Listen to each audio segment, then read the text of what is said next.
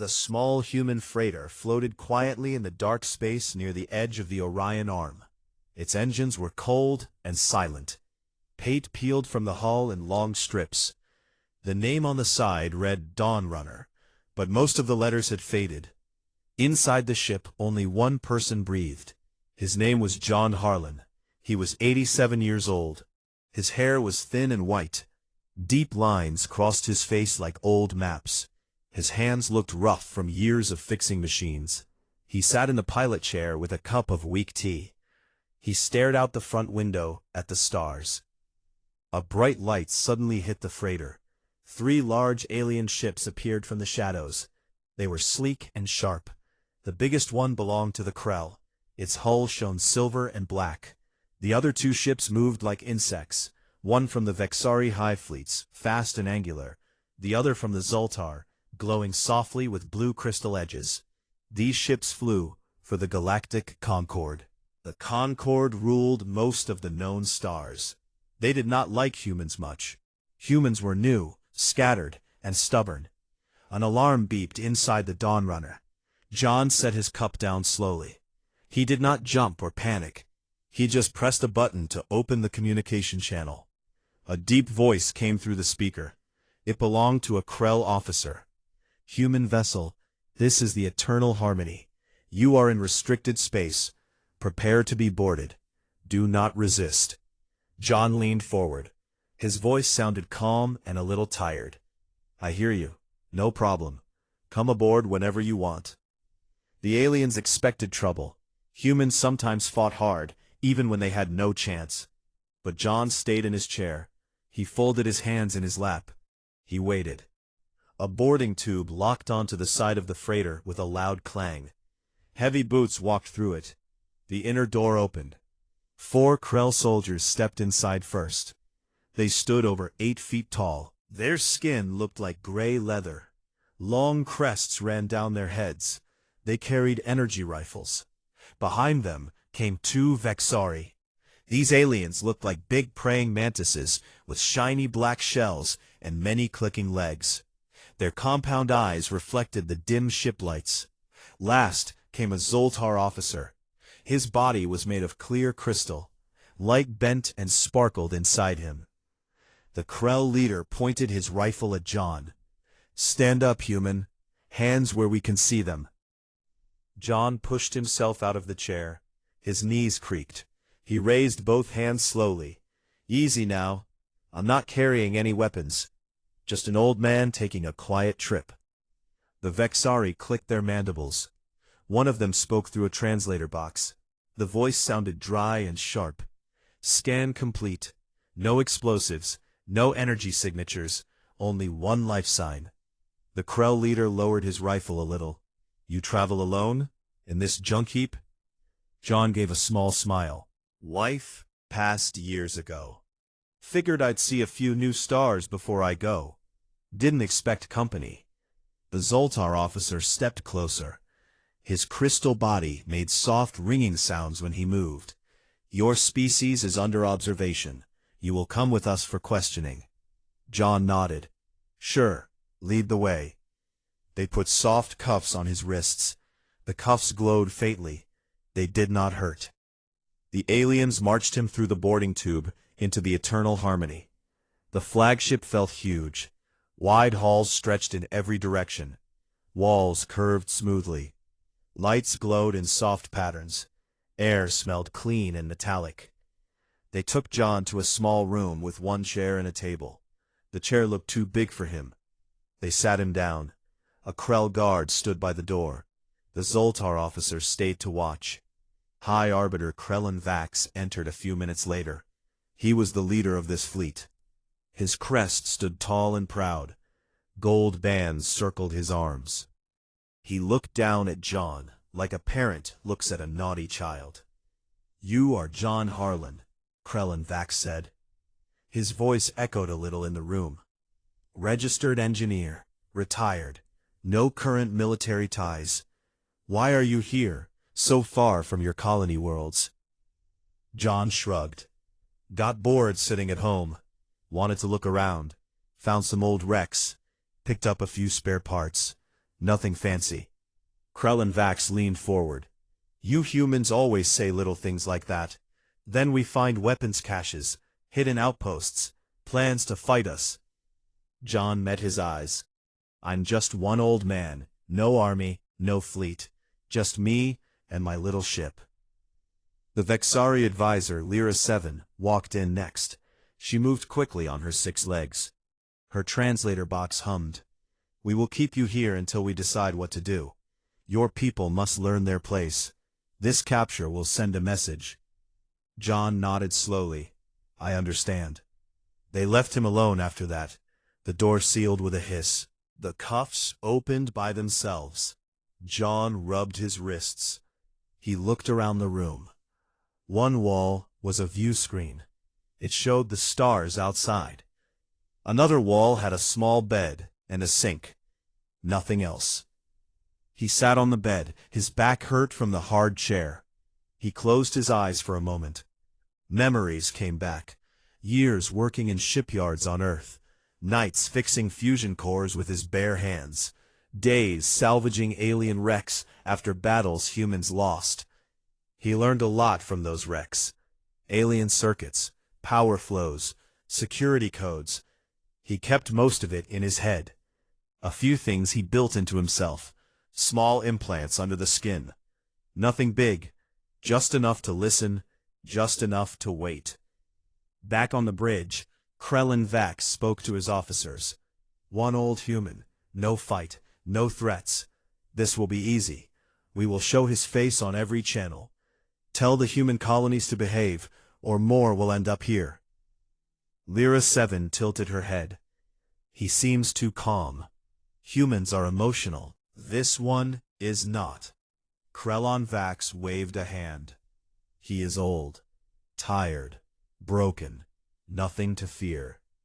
They did not know John Harlan had spent 40 years preparing for a day like this. Every night on his freighter, he studied. Every salvaged chip he found, he tested. Every alien signal he caught, he decoded. He never planned to start a war. But if the galaxy wanted to push humans around, he decided long ago he would push back, in his own quiet way. John lay down on the narrow bed. The lights dimmed automatically. He stared at the ceiling. A tiny scar on his left arm itched. Under the skin, a small device waited. It had waited for decades. Now it listened to the ship's systems. It learned. It mapped. He smiled in the dark. Well, he whispered to himself, let's see how this plays out. The Eternal Harmony turned slowly. Its engines hummed. The fleet moved deeper into Concord space. They carried one prisoner.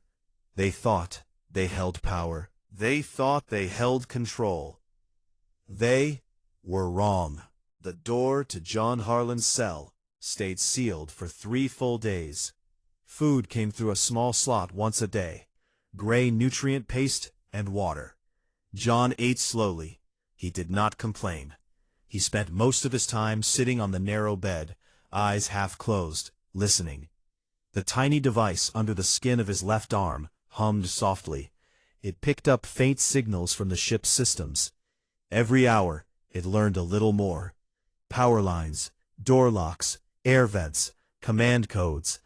John kept count in his head. He knew the ship well now. On the 4th morning, the door hissed open. 2 Krell guards stepped in. They wore heavier armor this time. Behind them stood High Arbiter Krellon Vax. His crest stood straight up. His eyes narrowed. Get up, human, Krellon Vax said. We talk now. John stood without hurry. His knees popped. He followed the guards down a long hall. The walls glowed with soft blue light. They passed rooms full of busy aliens. Krell officers giving orders, Vexari technicians clicking over screens, Zoltar floating in silent groups. No one looked at John. To them, he was small and unimportant. They brought him to a large round room. A table sat in the center. Above the table hung a bright hollow screen. The screen showed maps of star systems. Red lines marked Concord territory. Small blue dots showed human colonies. Most dots looked weak and far apart. Krellon Vax sat at one end of the table. Lyra 7, the Vexari advisor, stood beside him. Her legs clicked on the floor. A Zoltar officer named Zethar stood on the other side. His crystal body caught the light and threw rainbows on the walls. "Sit," Krellon Vax ordered. John sat. He folded his hands on the table. He looked relaxed. Krellon Vax leaned forward. "Tell us about your military. Where are your hidden bases? How many ships do your people hide? We have ways to make truth come out." John gave a small smile. "I'm retired. I fixed tractors back home. Later I fixed freighters. I don't know about military stuff." Lyra 7's mandibles clicked. Her translator box spoke in a flat voice. "We have truth drugs. They work on most species." John nodded. "Go ahead and try. I've been around radiation a long time. Old fusion engines leak a bit, messes with the blood. Drugs might not stick." Krellon Vax made a low growl. He waved a hand. A small robot arm came down from the ceiling. It held a needle. The needle pressed against John's arm. A clear liquid went in. John did not flinch. They waited. 5 minutes. 10. Nothing changed. John still looked calm. He even yawned once. Zethar's crystal surface rippled. "Impossible. The compound should force full disclosure." John shrugged. "Told you, old man. Tough blood." Krellon Vax slammed a fist on the table. The sound echoed. "Then, we do this the hard way. You will tell us what we want, or we broadcast your silence as proof of guilt. Your colonies will suffer." John looked straight at him. "You can broadcast whatever you like, but let me tell you a story first. Back on Earth, long time ago, there was a farmer named Bill. Big storm came, took his barn, took his crops. Neighbors said give up, move to the city. Bill said no. He rebuilt with his own hands. Took years, but he did it. Humans are like that. We don't quit easy." Lyra 7 tilted her head. "Primitive tales, they mean nothing." John kept going. "Another story. My grandfather fought in a war, got captured, locked in a camp. Guards beat him, starved him. He didn't break, he waited. One night he slipped out, took 3 guards with him, came home a hero, not because he was strong, because he was patient." Krellon Vax laughed. It sounded like rocks grinding. "You think patience stops us? We have ruled for thousands of years." John leaned back. "Maybe, but humans have a habit. When you lock one of us up, we start thinking. And when we think too long, things change." While he spoke, his arm device worked. It sent tiny pulses. The pulses rode the ship's data lines. They found weak spots. A security camera flickered for half a second. No one noticed. A door lock in another hall clicked once, then reset. Small things. Quiet things. In a side room nearby, Laura Bennett watched through a one-way screen. She was 29, thin, dark hair tied back. She had been captured 4 years earlier during a trade run. The Concord kept her alive because she spoke good standard and knew human ways. They used her to translate. She hated it. Every day she hated it more. Today she watched John closely. He looked old and tired, but his eyes stayed sharp. When he told stories, he tapped his finger twice on the table, then once, then twice again. It looked random. Laura knew better. She had learned old Earth codes in school. That pattern meant wait and watch. She felt a spark inside her chest. Hope. Something she had not felt in years. Krellon Vax stood up. "Enough stories. Tomorrow we broadcast. You will confess on camera. You will say your people plan war. Or we pick one of your colonies and remove it. Simple choice." John nodded slowly. "I hear you." They took him back to his cell. The door sealed again. John sat on the bed. He closed his eyes. His arm itched. The device had finished its first map. It knew the bridge layout. It knew the engine core pads. It knew the life support grid. Best of all, it knew how to reach the main comm array. He whispered to the empty room, "One more day." Laura stayed in the observation room after everyone left. She pulled up a small console. Her fingers moved fast. She sent a quiet message through an old maintenance line. The line went to John's cell. Just 3 words. "I see you." In his cell, John felt a tiny buzz in his implant. He smiled. He tapped the wall twice. Then once, then twice. Laura saw the pattern on her screen. She knew what it meant. "I'm ready." Back on the bridge, Krellon Vax spoke to his officers. "The old human is weak. Tomorrow we break his people's spirit. One broadcast, one message. They will kneel." Lyra 7 clicked her mandibles. "He stays too calm. I do not trust calm." Zethar's light flickered. "He is one man. What can one man do?" No one answered. They did not know John Harlan had already started his work. Every story he told planted a seed. Every tap of his finger moved a piece. Every quiet minute built the plan. The ship flew on through the stars. The galaxy outside looked peaceful. Inside the eternal harmony, something slow and unstoppable had begun. John lay down. He stared at the ceiling. He thought about his wife, about his kids, about the farm he left behind. He thought about all the times humans got pushed down and got back up anyway. He closed his eyes. 48 hours, he said softly. Plenty of time. The lights dimmed, the ship hummed, and in the dark, an old man waited. The lights in John Harlan's cell stayed dim. He sat on the edge of the bed, hands resting on his knees. His arm itched again. The small device under his skin had finished its work. It knew every important system on the eternal harmony. It had found the weak link, a direct line from the life support grid to the main computer core. John had waited 40 years for this moment. Now, it was here. The door hissed open without warning. 4 guards entered. 2 Krell, 2 Vexari. They looked tense. Their rifles stayed up. "High Arbiter wants you," one Krell said. "Now." John stood slowly. "Lead on." They marched him through the ship. This time the halls felt different. Crew members stared. Whispers followed. Some pointed. John kept his face calm. Inside, he felt the ship's pulse. Every step, his implants sent tiny signals. Small glitches started. A light flickered in a side corridor. An air vent hissed too loud. No one paid attention yet. They brought him to the command chamber. It was big and round. The ceiling showed a full star map. The floor glowed softly. High Arbiter Krellon Vax stood in the center. Lyra 7 stood beside him. Zethar floated nearby. Behind them, 10 more officers waited. All eyes on John. Krellon Vax spoke first. "You have one chance, human. Confess on broadcast. Say your people plan attacks. Say you came to spy.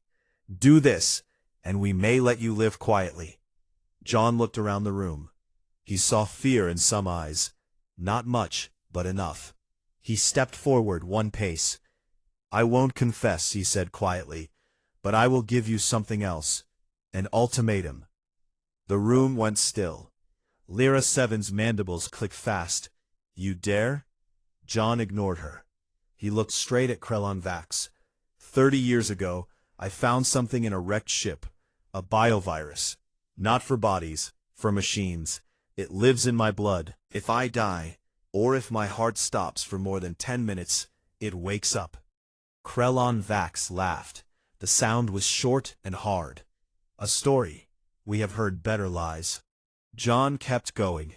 "It's already in your systems. I sent it through the air filters days ago. Tiny bits, harmless now. But if you hurt me, or hurt any human world, it activates. It spreads. It shuts down shields, engines, weapons. One ship at a time, then the next, then your whole fleet. In hours, The Concorde Armada sits dead in space. Zethar's crystal body flashed bright. Impossible. Our systems are clean. We scan everything. John shook his head.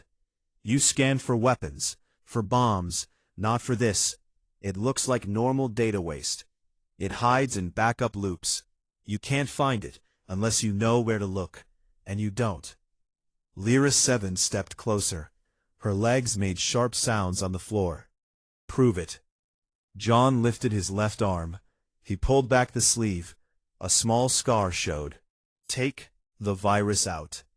Try. But the moment you do, the countdown starts.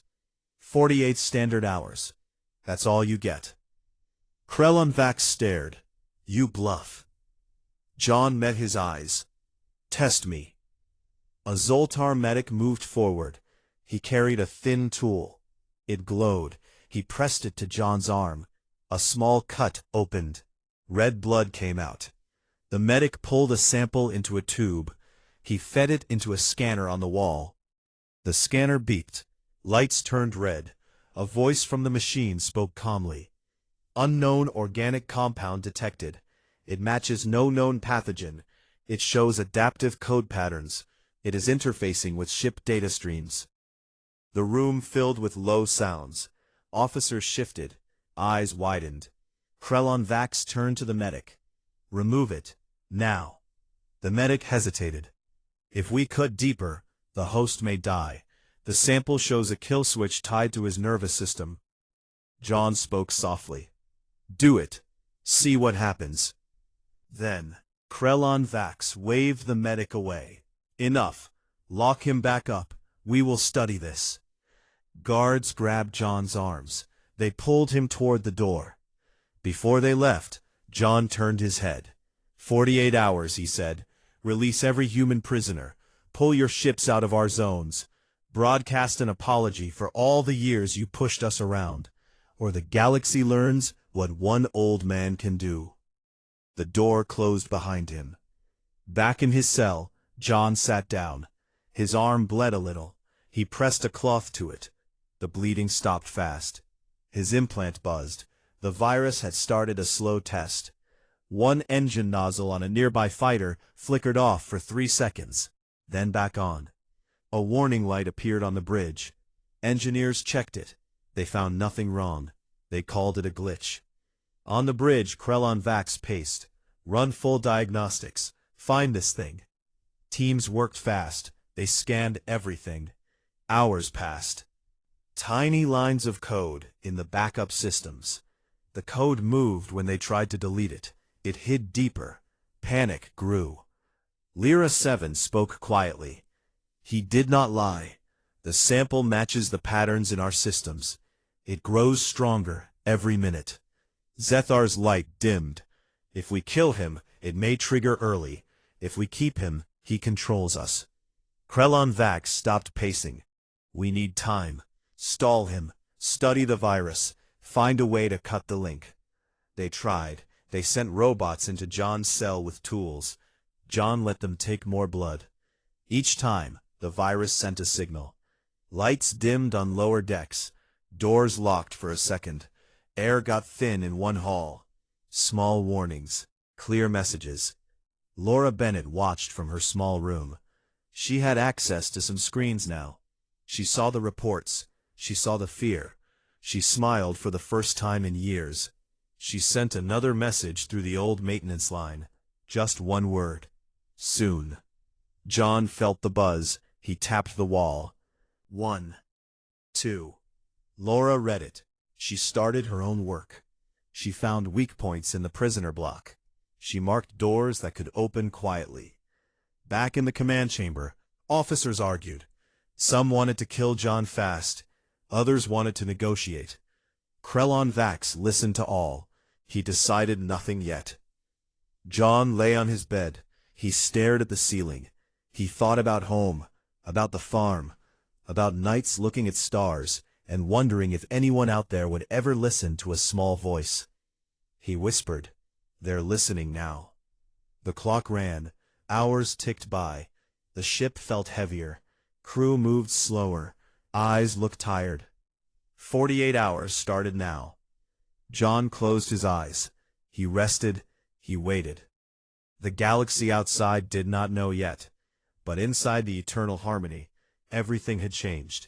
One old man had turned a prison into a trap, and the trap was closing. The news spread like fire through dry grass. First, it was a quiet leak. A low-level technician on the Eternal Harmony sent a short message to a friend on a neutral trade station. The message said only 3 words: "Old human threatens." That was enough. Within hours, the words jumped from station to station. Black market relays carried them. Secret channels whispered them. Soon, every major species in the galaxy knew something big was happening. Screens across 1,000 worlds flickered. The broadcast came from the Eternal Harmony itself. Not the planned confession, not Krellon Vax's speech. It was John Harlan's face, calm and lined, filling the frame. His voice came clear and steady. "I am John Harlan. I am a prisoner here. I have given the Galactic Concord an ultimatum. Release all human prisoners. Withdraw from our border zones. Broadcast a full apology for years of attacks and blockades. If you do not, a virus in your systems will wake. It will shut down your ships, one by one, then all. This is not a threat. This is what happens when you push too far." The screen cut to black. Silence followed. Then the galaxy exploded with talk. On the ice worlds of the Zoltar, crystal councils met in emergency session. Their matrices hummed with worry. The virus could crack their data lattices like glass. One elder said, "If it spreads to our home grid, we lose everything." In the deep hive cities of the Vexari, queens clicked in panic. Workers ran diagnostics over and over. They found the same tiny code traces, moving, hiding, growing. A queen ordered, "Do not attack. Watch, wait."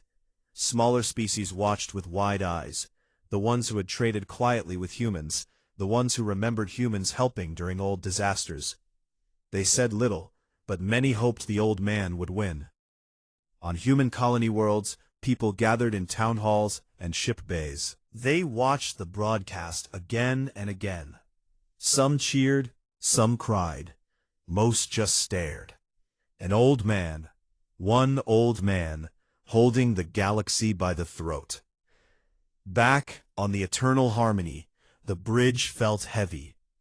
Krellon Vax stood with his arms crossed. Officers ran from station to station. Reports came fast. Engine 3 dropped to half power for 6 seconds. Shields flickered in Sector 4. Comm relay lost sync. Restored, but it happened. Each glitch proved John's words true. The virus tested itself. Small bites, enough to scare, not enough to kill, yet. Lyra 7 stood close to Krellon Vax.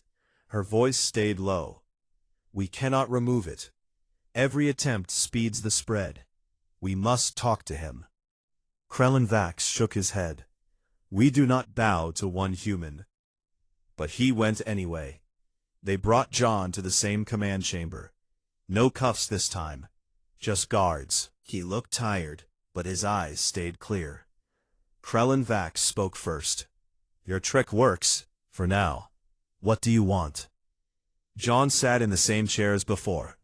"I told you, release the prisoners, pull back the fleets, apologize, on open channel, to every world." Zethar's light pulsed fast. "You ask us to lose face before the galaxy." John looked at him. "You lost face the moment you locked me up thinking I was nothing. Now you choose, lose more or fix it." The room stayed quiet. Then Laura Bennett stepped in. She had been brought under guard. Her hands shook a little, but she stood straight. She had helped John send the broadcast.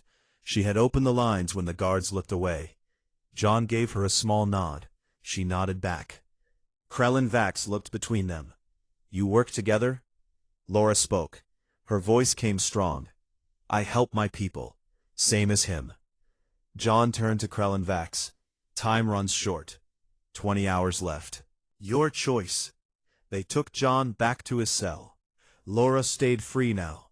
The aliens did not dare lock her again. She walked the halls. She talked to guards. She told them stories, human stories, of people who rebuilt after floods, who crossed oceans in small boats, who stood against bigger enemies, and won with time and will. Some guards listened. They did not speak, but they listened. On the bridge, arguments grew loud. Some officers wanted to attack human worlds anyway. "Burn them out," one said. "Then the virus dies with him." Krellon Vax stopped them. "If we attack, the virus wakes fully. We lose the fleet. We lose control. We lose everything." They ran more tests. They tried to cut the link between John and the virus. They sent microbots into his blood. The bots vanished. The virus ate them. A power relay on Deck 7 burned out. Smoke filled a corridor. Crew ran to fix it. They found nothing to fix. Laura helped where she could. She slipped into maintenance rooms. She pulled data plugs. Small acts, enough to make the glitches worse when needed. She sent messages to John through the walls. Simple taps. He answered. Outside, the galaxy waited. News channels ran the broadcast on loop. Experts argued. Some called John a terrorist. Others called him a hero. Traders stopped deals. Fleets held position. No one moved. 10 hours left. Krellon Vax called John again. This time alone. No guards. Just the two of them in the chamber. "You win this round," Krellon Vax said. His voice sounded heavy. "We will comply." John stayed quiet. "But know this," Krellon Vax went on. "We will remember. One day we will find a way." John looked up. "Remember something else too. We don't want your empire. We just want to be left alone. Push us again, and next time it won't be one old man." Krellon Vax turned away. He gave the order. The broadcast went out to every corner of known space. High Arbiter Krellon Vax appeared on screen. His crest lowered a little. He spoke clear words. "The Galactic Concord releases all human prisoners. We withdraw from contested border zones. We apologize for past aggressions and blockades. This ends now." The screen showed lists, names of prisoners, ships turning away from human space, official seals of apology. John watched from his cell. A small screen showed the feed. He smiled once, then closed his eyes. Laura came to his cell. The door opened without guards. She stepped in. "It's done," she said. John stood. "Good." They walked together to a shuttle bay. Guards stepped aside. No one stopped them. The shuttle waited, small, human make, ready to fly. John climbed in. Laura followed. The door closed. As the shuttle pulled away from the eternal harmony, John looked back. The big ship looked smaller now, quiet. Laura asked, "What now?" John leaned back in the seat. "Home. Maybe plant some seeds. Fix a few things. Live quiet." Laura smiled. "After this?" John chuckled. "Especially after this." The shuttle jumped to hyperspace. Stars stretched into lines. Behind them, the galaxy changed. Aliens told new stories. About one old human. About patience. About what happens when you forget humans endure. And somewhere in the quiet of space, an old man rested, knowing the fight was not over. But for today, it was enough. The shuttle slipped away from the eternal harmony like a small fish leaving a shark. Its engines glowed soft blue. Inside, John Harlan sat in the pilot's seat. His hands rested light on the controls. Laura Bennett sat next to him. She watched the big ship grow smaller in the rear screen. Neither spoke for a long time. The only sound was the low hum of the drive and the quiet beep of navigation. John broke the silence first. "You okay?" Laura nodded. "Better than okay. Free." He gave a small smile. "Good. That's what matters." The shuttle jumped to a safe lane. Stars stretched into bright lines, then snapped back to points. They were clear of Concord space. No pursuit followed. The aliens had too much to fix. John leaned back. His body felt heavy. The small wound on his arm had closed, but it still ached. He rubbed it absently. Laura looked at him. Was it really in your blood all that time? John nodded. Started as an idea. Found the base code in a wrecked ship 30 years back. Old war tech. Someone tried to make a weapon that lived in a person. I changed it, made it sleep, tied it to me. Figured if they ever came for us again, one old man could remind them we don't forget. Laura shook her head slow. You carried that alone, for decades. Better alone than risk someone else, John said. Easier to keep a secret when it's just you. They flew on. Hours passed. Laura made coffee from the small galley. It tasted like home. She handed a cup to John. He took it with thanks. They drank in quiet. Back in Concord space, the Eternal Harmony limped toward a repair dock. Its engines ran rough. Lights flickered on lower decks. Crew worked without rest. They pulled virus traces from every system. Each fix took hours. The code fought back. It moved. It hid. Engineers cursed in low voices. Officers walked with tight faces. Krellon Vax stood on the bridge. His crest hung low. He stared at the main screen. It showed the shuttle's path. A small green dot moving away. He did not order pursuit. He knew better now. Lyra 7 stood beside him. Her mandibles stayed still. He was right, she said. One man, no army, no fleet, and he broke us. Krellon Vax did not answer right away. Then he spoke soft. Not broke, humbled. There is a difference. Zethar floated nearby. His crystal body looked duller than before. The galaxy watches. They see our apology. They see our ships pull back. Word spreads fast. Krellon Vax turned. Let it spread. Let them remember. Humans endure. We learned that today. On distant worlds, the stories began. In dark bars on fringe stations, aliens gathered around holoscreens. They replayed John's face. They replayed the apology. Some laughed at first. Then they grew quiet. A Vexari trader clicked his mandibles. One old human, no weapons, just patience, and we bent. We thought them weak, scattered. Now we see, weak things break, strong things wait. Human colonies lit up with joy. People danced in streets. Flags waved. Children ran with pictures of John Harlan printed from the broadcast. They called him Grandfather John. They told his story to anyone who listened. He didn't fight. He waited, and the stars listened. John's shuttle reached the edge of human space. A small colony waited. Green fields, blue sky, a simple landing pad. Family waited there too. His son, his daughter, grandkids. They stood in a line, eyes wide, smiles big. The shuttle touched down soft. The door opened. John stepped out first. His legs felt stiff. Laura followed close. His son walked forward, tall, gray at the temples. He hugged his father tight. Dad. John hugged back. Hey, kid. The grandkids ran up. They grabbed his hands. Grandpa, you're on every screen. John laughed. Guess I got famous. They walked to the house together. A small farm sat on a hill. Old barn, fresh paint, chickens in the yard. John stopped at the gate. He looked around. He breathed deep. Laura stood beside him. This is home? John nodded. Always was. Inside they sat at a big table. Food waited. Real food. Bread, stew, pie.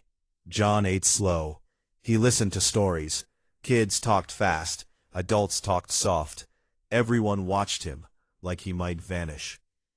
Later, when night came, John walked outside. Stars filled the sky, clear and bright. He sat on a porch step. Laura joined him. She asked, "Do you think they'll try again?" John looked up. Maybe.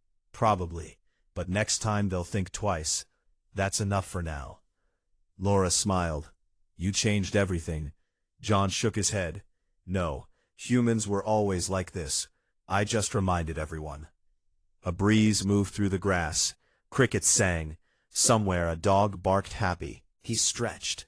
His back popped. Think I'll sleep in a real bed tonight. Laura stood too. Good idea. They went inside. Lights turned low. The house grew quiet.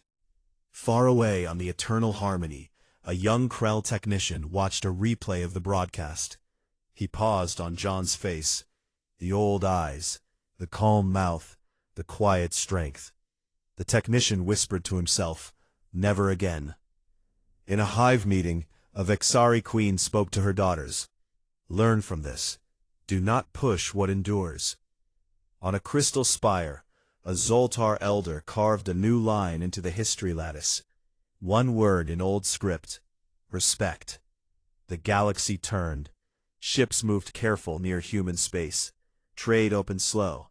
Talks started. No one rushed. Years passed. John grew older. His hair turned whiter, his steps slower. But every night, he sat on the porch. He looked at the stars. Sometimes Laura sat with him. Sometimes kids. Sometimes alone. One clear night, a grandkid asked, Grandpa, were you scared? John thought for a moment. A little. But mostly tired of being pushed. So I pushed back, quiet-like. The child nodded. I want to be like you. John smiled. Be better. Be kind first. Only push when you must. The child hugged him. John hugged back. The stars stayed the same. Big, cold, full of secrets. But now they held a new story. The story of an old human who spoke soft and changed everything. And somewhere in the quiet dark, John Harlan rested easy, knowing the galaxy had learned its lesson. Not with guns, not with fleets, with one tired voice that refused to break.